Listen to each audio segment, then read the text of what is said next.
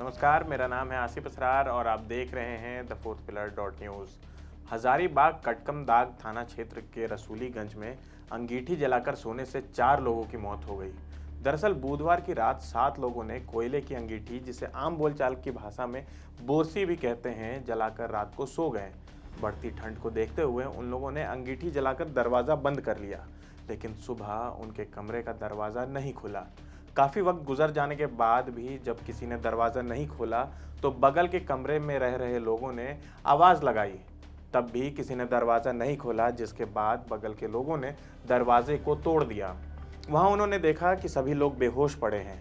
इसके बाद सभी को आरोग्य अस्पताल में भर्ती किया गया, जिनमें 4 लोगों को मृत बताया गया और 3 अन्य गंभीर अवस्था में बताए जा रहे हैं। घटना हजारीबाग सिरसी गांव की है, जहां बिहार के बक्सर जिले के 7 युवक किराए के मकान में रहते थे। 7 युवक नेटवर्किंग और प्रोडक्ट बेचने का काम करते थे और एक साथ रहते थे।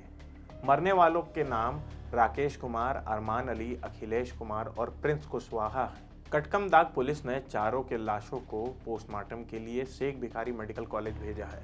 वहीं रोहित कुमार, राकेश कुमार और सलमान का इलाज चल रहा है। तो कोयला या हीटर जलाकर सोने से आखिर मौत क्यों हो जाती है? बीबीसी की रिपोर्ट के मुताबिक इंडियन मेडिकल एसोसिएशन के डॉक्टर के अग्रवाल का कहना है कि सबसे ज़रूरी है वेंटिलेशन। जहां वेंटिलेशन नहीं है वहां खतरा है। अगर आप गर्माहट के लिए कोयला जला रहे हैं या फिर लकड़ी, तो इससे निकलने वाली कार्बन मोनोऑक्साइड गैस दम घोंट सकती है, खास तौर पर जब वेंटिलेशन का कोई प्रबंध नहीं है।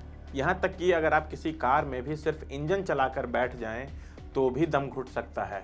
डॉक्टर अग्रवाल के अनुसार ये बात मायने नहीं रखती है कि कौन सा साधन कम नुकसानदेह है और कौन सा ज़्यादा। बात सिर्फ इतनी है कि जिस जगह पर आप इन साधनों का इस्तेमाल कर रहे हैं वहाँ वेंटिलेशन की व्यवस्था ज़रूरी हो। Skin specialist doctor Amit Luthra के अनुसार बहुत देर तक ब्लोअर या हीटर या फिर आग के सामने बैठने से ड्राइनेस की प्रॉब्लम हो सकती है, खास तौर पर बुजुर्गों को।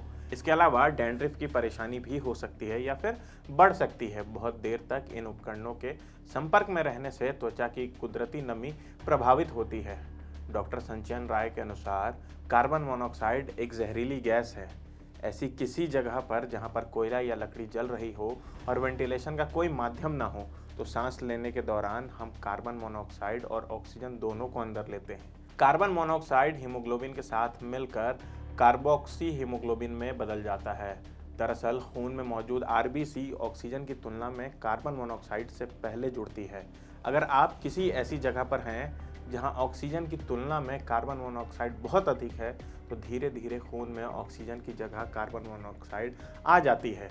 इससे शरीर के कई अहम अंगों को ऑक्सीजन की सप्लाई कम हो जाती है। इससे हाइपोक्सिया की स्थिति बन जाती है, जिससे टिश्यू नष्ट हो जाते हैं और मौत की आशंका बढ़ जाती है। तो आइए जानते हैं कि क्या होते हैं शुरुआती लक्षण।